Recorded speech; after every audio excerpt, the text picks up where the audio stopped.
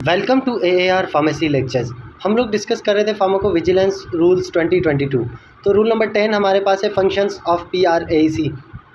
तो pharmacovigilance risk assessment expert committee के काम क्या क्या है। सबसे पहला जो है वो सबके सब जो है एस्पेक्ट को कवर करेंगे जो भी रिस्क मैनेजमेंट से रिलेटेड है थेराप्यूटिक गुड के।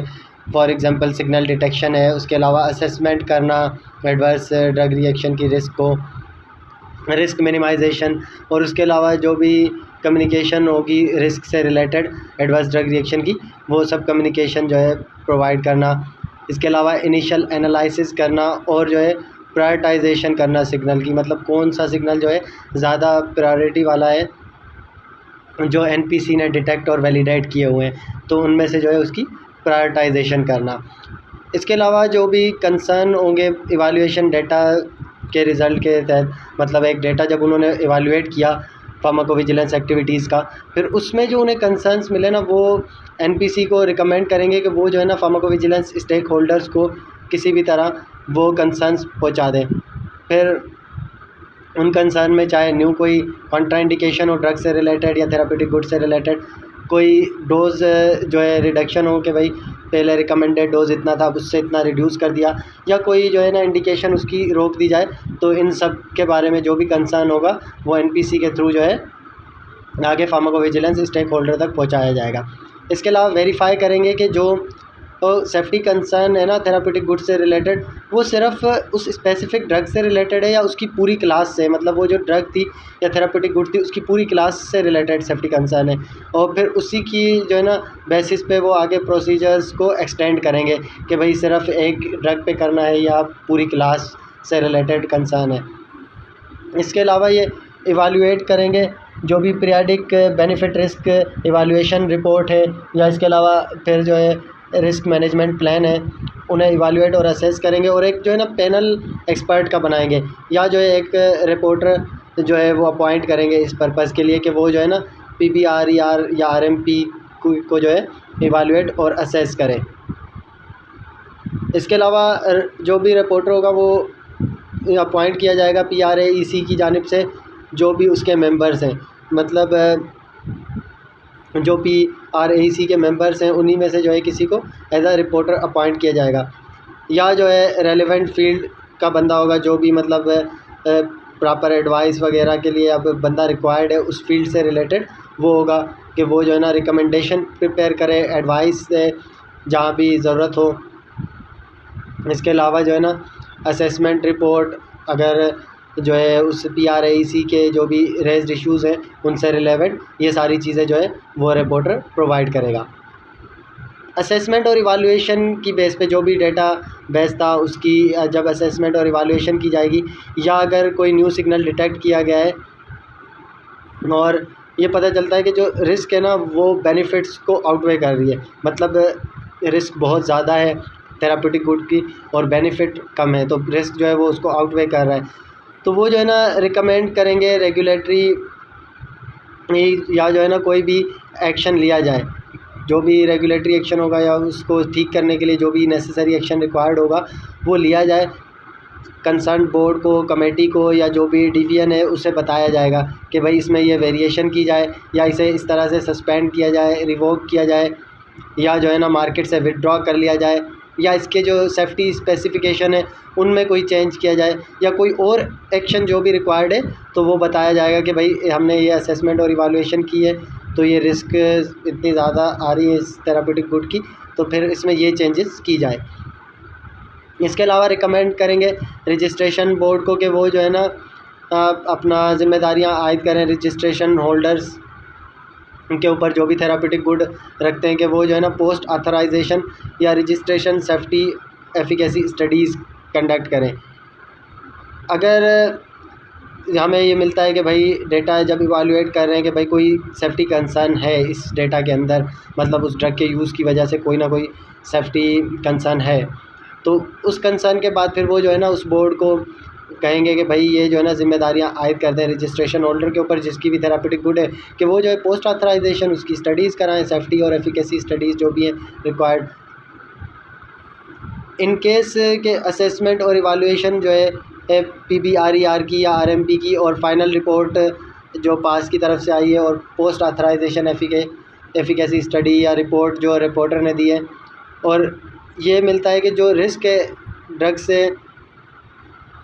एसोसिएट, तो PRAEC जो है ना वो कोई भी रेगुलेटरी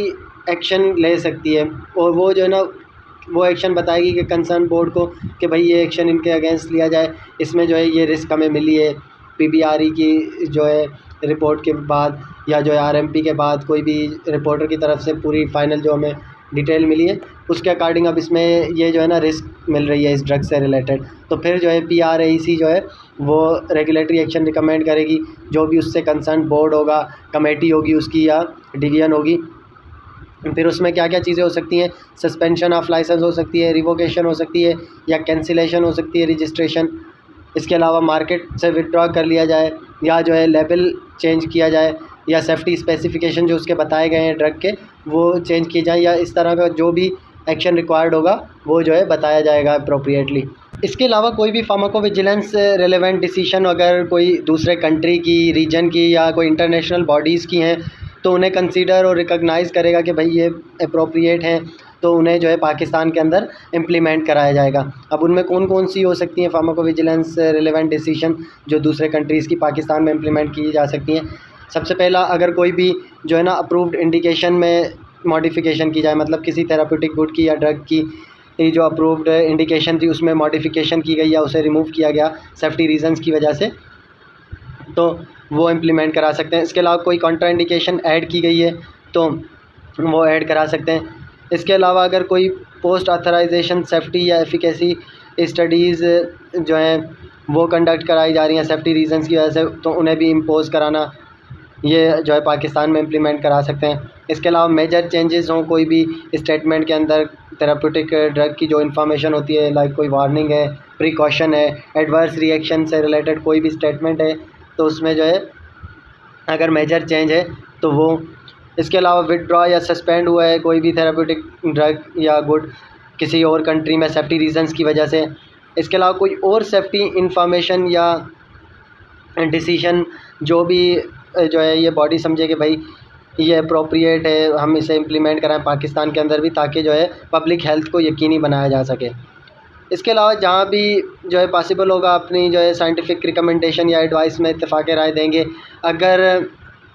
कहीं पे इत्तेफाक राय नहीं हो पाता किसी साइंटिफिक रिकमेंडेशन या एडवाइस में, तो वो जो है ना इस बेसिस पे की जाएगी कि अगर मेजॉरिटी ऑफ मेंबर जो है वो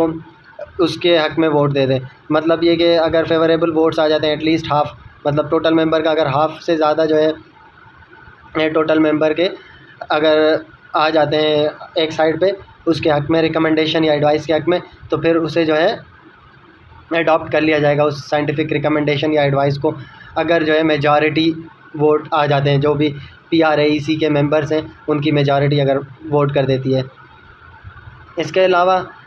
जो भी मेंबर्स हैं मुख्तलिफ़ पोजीशन रखते हैं तो वो जो है राइटिंग में इसके अलावा क्लियरली रीज़न बताएंगे कि भाई उन्होंने किस बेसिस पे ये रिकमेंडेशन और एडवाइस वगैरह दी है। इसके अलावा अप्रूव करेंगे nomination of team. Good pharmacovigilance practices के लिए जो भी मतलब गुड फार्माकोविजिलेंस प्रैक्टिसेस फॉलो कर रहा है कोई भी रजिस्ट्रेशन होल्डर, तो वहाँ पे इंस्पेक्शन के लिए जो है टीम नॉमिनेट की जाएगी। इसके अलावा अगर जो है एक कंसर्न बोर्ड या कमेटी का ओपिनियन डिफ़र करता है PRAEC की रिकमेंडेशन से, तो वो जो है ना ओपिनियन की डिटेल और एक्सप्लेनेशन के साथ साइंटिफिक ग्राउंड्स की बेसिस पे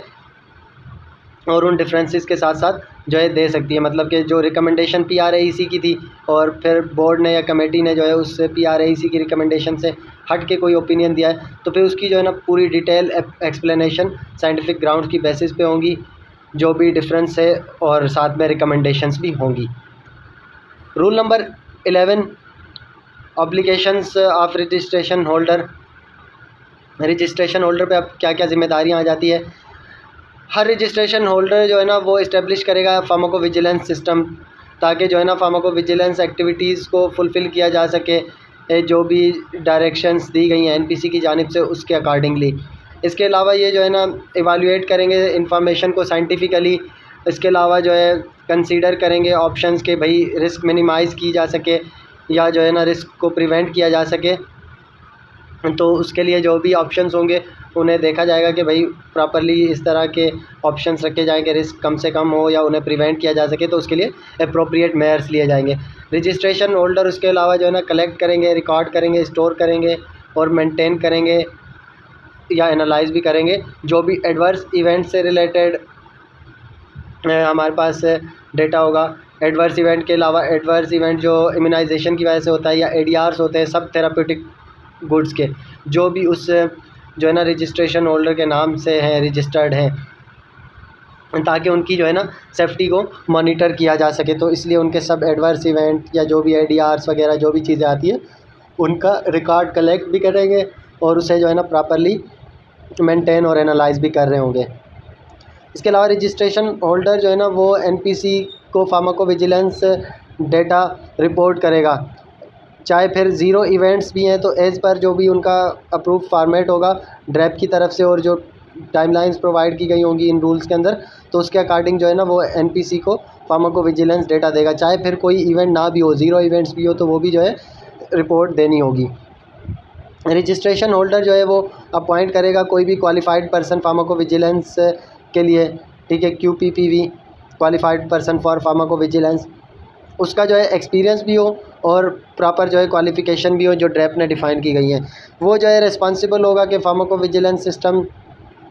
को चलाए और उसके अलावा जो है ना उसको कंट्री के अंदर पूरे ऑपरेट करे, उसके सिस्टम के साथ रहे, और उसके अलावा रिस्पॉन्सिबल होगा कि इस्टेब्लिश करे और मेंटेन करे एक पूरा फार्माकोविजिलेंस सिस्टम। इसके अलावा अगर मल्टीनेशनल रजिस्ट्रेशन होल्डर है तो लोकल सेफ्टी ऑफिसर नॉमिनेट किया जा सकता है। वो जो है एक्सेप्टेबल होगा कि एक जो है ना लोकल सेफ्टी ऑफिसर नॉमिनेट कर दे मल्टीनेशनल रजिस्ट्रेशन होल्डर। वो जो है ना रहेगा उसी कंट्री के अंदर जहाँ पे मतलब काम कर रहा होगा, वहीं पे रहेगा और काम करेगा। रजिस्ट्रेशन होल्डर जो है ना वो अपना जो भी उनका क्वालिफाइड पर्सन होगा उसका नाम और कॉन्टैक्ट डिटेल्स वगैरह सब चीज़ें जो है एनपीसी को सबमिट कराएंगे, ताकि एनपीसी के पास उसका जो है डेटा हो कि कौन जो है इस रजिस्ट्रेशन होल्डर की तरफ से क्वालिफाइड पर्सन है। रजिस्ट्रेशन होल्डर इसके अलावा कलेक्ट करेंगे एडीआरस, इसके अलावा AEFIs जो इम्यूनाइजेशन से रिलेटेड एडवर्स इवेंट हैं या जो है एडवर्स इवेंट्स, और उसके अलावा जो है इस सब को रिपोर्ट करेगा एनपीसी को इन कंडीशंस पे। सबसे पहला पैसिव सर्विलेंस के थ्रू जो मिली होंगी, ठीक है, या जो है एक्टिव सर्विलेंस या जो है पोस्ट ऑथराइजेशन स्टडीज़, तो सबका सब जो है डेटा जो है एनपीसी तक पहुंचाया जाएगा। रजिस्ट्रेशन होल्डर इसके अलावा मेंटेन करेंगे फार्माकोविजिलेंस सिस्टम मास्टर फाइल, ठीक है, PSMF जो है जो भी अप्रूव फॉर्मेट ड्रैप की तरफ से दिया जाएगा उसमें जो है एक फ़ाइल मेंटेन की जाएगी और उस फाइल को जो है ना एनपीसी को सबमिट करेंगे विदिन 45 कैलेंडर डेज़। जब भी कहा जाएगा मतलब उसके जो है 45 डेज़ के अंदर अंदर। और अगर जो है PSMF जो है वो उसके अलावा कहीं पे अगर उसमें अपडेट की गई है तो वो जो भी अपडेट की जाएगी वो भी जो है एनपीसी को सबमिट की जाएगी फ़ौरन से। सब रूल नंबर 5 हमारे पास है कि रजिस्ट्रेशन होल्डर जो है ना सारे एडवर्स इवेंट्स, ADRs या एडवर्स इवेंट जो इम्यूनाइजेशन की वजह से हो रहे हैं उन सबको जो है ना रिकॉर्ड करेगा, जो भी थेराप्यूटिक गुड्स उसके नाम से रजिस्टर्ड हैं कंट्री के अंदर। फिर वो जो है अटेंशन में आए किसी भी जो है स्पॉन्टेनियस रिपोर्ट के थ्रू पेशेंट या हेल्थ केयर प्रोफेशनल की जानिब से, या जो है पोस्ट ऑथराइजेशन स्टडी के थ्रू आ रही है। और इसके अलावा अगर कोई सीरियस ADR या नॉन सीरियस ADR सस्पेक्टेड जो है वो रिपोर्ट किया जाता है हेल्थ केयर प्रोफेशनल जो हैं या पेशेंट है उनकी जानिब से वाया ईमेल या टेलीफोन, तो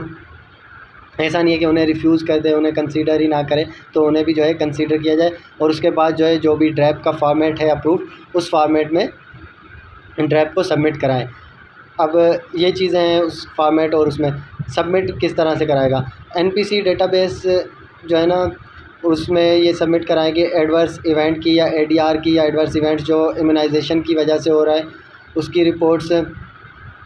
जो है जब भी इन्हें रिपोर्ट मिलती है तो उसके 15 दिन के अंदर अंदर, ठीक है, मतलब 15 डेज़ के अंदर अंदर, मतलब जिस दिन रजिस्ट्रेशन होल्डर को वो नॉलेज या इन्फॉर्मेशन मिली उसके 15 दिन के अंदर अंदर। इसके अलावा अगर कोई नॉन सीरियस ADRs होंगे, ठीक है, सीरियस तो 15 डेज़ में हो गए, मगर नॉन सीरियस जो है वो अगर कोई भी इस तरह के ADRs हों, एडवर्स इवेंट हो या एडवर्स इवेंट जो इम्यूनाइजेशन की वजह से हो रहे हैं कंट्री के अंदर, तो वो जो है विदिन 90 डेज़ के अंदर अंदर, मतलब जिस दिन भी उसे इन्फॉर्मेशन मिली उसके 90 दिन के अंदर अंदर सबमिट करेंगे। इसके अलावा अगर कोई भी ज़ीरो इवेंट रिपोर्ट है, मतलब कोई इवेंट हुआ ही नहीं है, तो उसकी भी जो है रिपोर्ट सबमिट करेंगे NPC को विदिन 19 डेज़, मतलब 90 दिन के अंदर वो भी सबमिट करा दी जाएगी। रजिस्ट्रेशन होल्डर जो है मॉनिटर करेंगे सब मेडिकल लिटरेचर और रिपोर्ट जो भी डोमेस्टिक ADR से रिलेटेड है 15 दिन के अंदर अंदर, और जो है ना 90 डेज़ के अंदर अंदर उसकी जो है सीरियसनेस की बेसिस पे, मतलब अगर ज़्यादा सीरियस है तो उसे 15 दिन के अंदर अंदर जो है मॉनिटर करेंगे प्रॉपरली जो भी रिपोर्ट मिली होगी, और अगर नॉन सीरियस कोई रिपोर्ट है तो उसे जो है विदिन 90 डेज़ के अंदर करेंगे। रजिस्ट्रेशन होल्डर जो है वो इस्टेब्लिश करेंगे प्रोसीजर कि किस तरह से जो है ना एक्यूरेट और वेरीफाइबल डाटा ऑब्टेन किया जा सके साइंटिफिक इवालुएशन के लिए, कि जो सस्पेक्टेड ADR है उसके लिए जो डाटा कलेक्ट करना है साइंटिफिक डाटा, वो किस तरह से जो है ना एक्यूरेट भी हो और वेरीफाइबल भी हो, तो उसके लिए जो है प्रोसीजर्स इस्टेब्लिश किए जाएंगे। फिर जो है कलेक्ट करेंगे फॉलोअप इंफॉर्मेशन जो भी होंगी रिपोर्ट्स पे, और वो जो है सबमिट कराएंगे NPC डेटाबेस के अंदर। सब रूल नंबर 7 हमारे पास है कि रजिस्ट्रेशन होल्डर जो है ना वो voluntarily non interventional specific studies conduct कराएंगे सेफ्टी और एफिकेसी से रिलेटेड। अगर उन्हें लगता है कि ड्रग से जो है ना कोई भी रिस्क एसोसिएटेड है तो फिर उसकी बेसिस पे वो जो है इस तरह की स्टडीज़ करेंगे, या जो है अगर वो स्टडी इम्पोज की गई हो रजिस्ट्रेशन बोर्ड की जानिब से PRAEC की रिकमेंडेशन पे, या इसके अलावा पोस्ट ऑथराइजेशन सेफ्टी और एफिकेसी स्टडी भी जो है इनिशिएट की जा सकती है। अगर जो है स्पेसिफिक ड्रग की रजिस्ट्रेशन का जब प्रोसेस था तो उसमें ऑलरेडी कंडीशंस में ये बताया गया हो कि पोस्ट ऑथराइजेशन सेफ्टी और एफिकेसी स्टडीज़ करनी है, तो वो भी जो है इनिशिएट की जा सकती है। इसके अलावा रजिस्ट्रेशन होल्डर जो है वो PBRER, वो सब न्यू ड्रग्स के लिए जो भी ये पीरियाडिक बेनिफिट रिस्क इवाल्यूएशन रिपोर्ट है, वो as per international council of on harmonisation की जो फॉर्मेट है उसकी बेसिस पे जो है सबमिट कराएगा उस फॉर्मेट में, और उसकी फ्रीक्वेंसी जो है ना पाकिस्तान में रजिस्ट्रेशन के बाद इंटरनेशनल फ्रीक्वेंसी के अकॉर्डिंग होगी, और वो मेनली बेस करेगी उसकी इंटरनेशनल बर्थ डेट की बेसिस पे। रजिस्ट्रेशन होल्डर जो है ना PBRER सबमिट कराएंगे इन टाइमलाइंस के अकॉर्डिंग। PBRER जो है ना जिनमें 6 से 12 महीने का इंटरवल कवर कर रहे होंगे, तो वो जो है ना विदिन 70 डेज़ के अंदर सबमिट होनी चाहिए। DLP जो डेटा लॉग पॉइंट है उसके 70 डेज़ के अंदर अंदर जो है वो रिपोर्ट जमा होनी चाहिए। DLP जो है ना PBRER की वो बेस्ड करेगी उसकी इंटरनेशनल बर्थ डेट पे, मतलब कब जो है इंटरनेशनली वो मार्केट में आई थी उसकी इंटरनेशनल बर्थ डेट की बेसिस पे जो है DLP होगा, ठीक है। DLP की फिर जो है ना विदिन 70 डेज़ के अंदर अंदर उन्हें जो है रिपोर्ट जमा करानी होगी। इसके अलावा PBRER जो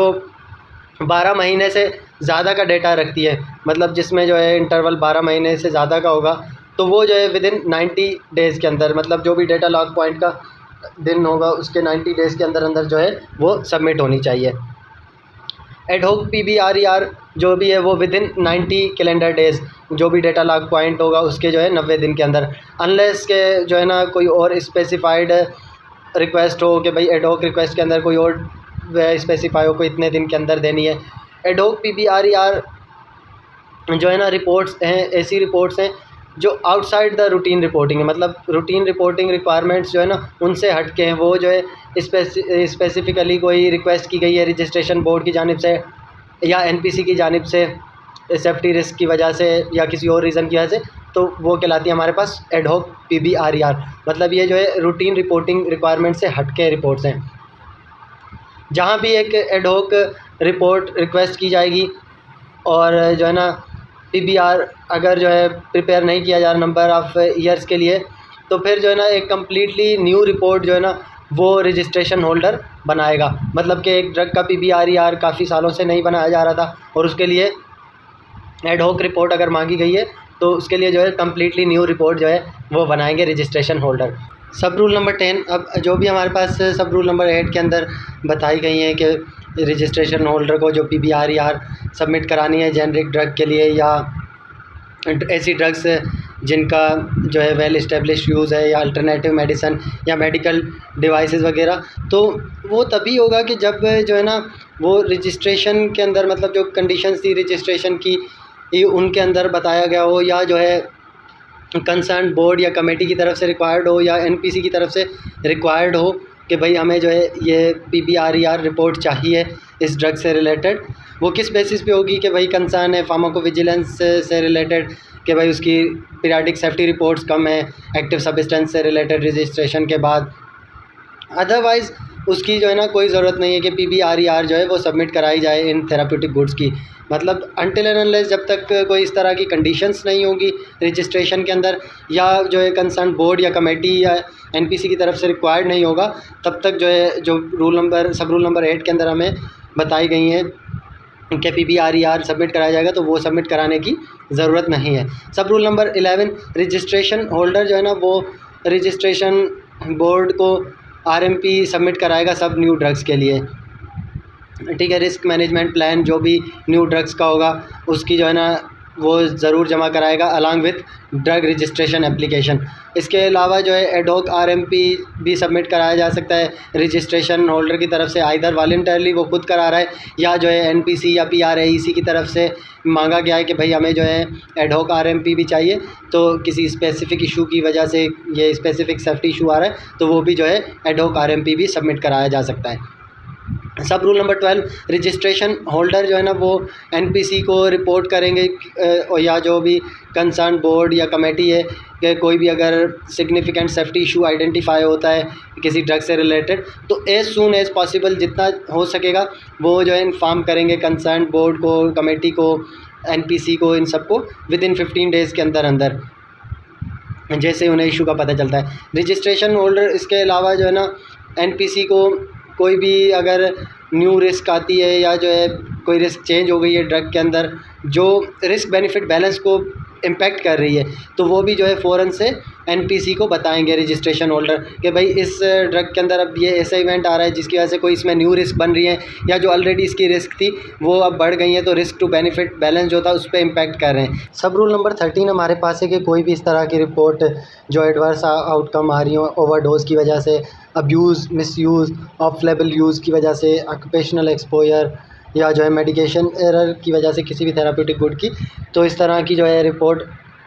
रजिस्ट्रेशन होल्डर फॉरवर्ड करेंगे एनपीसी को विदिन 15 डेज़। जो भी ड्रैप की तरफ से अप्रूव फॉर्मेट होगा उस रिपोर्ट के लिए, तो उस फॉर्मेट के थ्रू जो है वो 15 दिन के अंदर अंदर फॉरवर्ड कर देंगे जो भी उन्हें इन्फॉर्मेशन मिलेगी। सब rule number 14, lack of therapeutic efficacy अगर जो है ना वैक्सीन्स के अंदर आती है, या कॉन्ट्रासेप्टिव्स हैं, या एंटी माइक्रोबियल हैं, या ऐसी ड्रग्स जो क्रिटिकल कंडीशंस या लाइफ थ्रेटनिंग सिचुएशंस में यूज़ की जा रही हों, और उनकी थेराप्यूटिक एफिकेसी में अगर कोई लैकिंग पाई जाती है, तो वो जो है ना एनपीसी को रिपोर्ट की जाएगी विदिन 15 डेज़ के अंदर अंदर, जो भी ड्रैप की तरफ से अप्रूव फॉर्मेट होगा उसके ऊपर। रजिस्ट्रेशन होल्डर जो है ना direct health professional communication, health care professional communication DHPC जो है वो भी निकाल सकते हैं, ताकि जो है हेल्थ केयर प्रोफेशनल्स को इन्फॉर्म किया जा सके न्यू रिस्क के बारे में, जो पेशेंट को जो है ना हार्म कर सकती हैं या अफेक्ट कर सकती हैं, ठीक है, ताकि जो है हेल्थ केयर प्रोफेशनल के नॉलेज में आ जाए, और उसकी वजह से जो है वो जो है पेशेंट आउटकम्स या पेशेंट इफ़ेक्ट्स जो हार्म्स हो रहे हैं उनको प्रिवेंट किए जा सके, ठीक है। चाहे फिर वो उसकी नॉलेज में जो है सेल्फ़ असेसमेंट के थ्रू आ रही हो, या जो है एनपीसी की तरफ से डिटेक्ट की गई हो कोई भी इस तरह का इशू, तो वो जो है रजिस्ट्रेशन होल्डर DHPC के थ्रू भी जो है हेल्थ केयर प्रोफेशनल्स को इन्फॉर्म कर सकते हैं। बहुत शुक्रिया वीडियो लेक्चर को देखने का। उम्मीद करता हूँ ये सब चीज़ें अब आपको अच्छे से समझ आ गई होंगी। फिर भी फार्माकोविजिलेंस रूल्स में आपको कोई भी कन्फ्यूजन है, या प्रीवियसली हम जितने भी रूल्स या एक्ट डिस्कस कर चुके हैं उनमें जो भी आपको कन्फ्यूजन है, तो वो आप मुझसे डिस्कस कर सकते हैं, कमेंट्स में मेंशन कर दीजिए, या जो है मुझे डायरेक्ट व्हाट्सएप मैसेज ड्रॉप कर दीजिए। नेक्स्ट इंशाल्लाह हम जो है रिसर्च रूल्स डिस्कस करेंगे।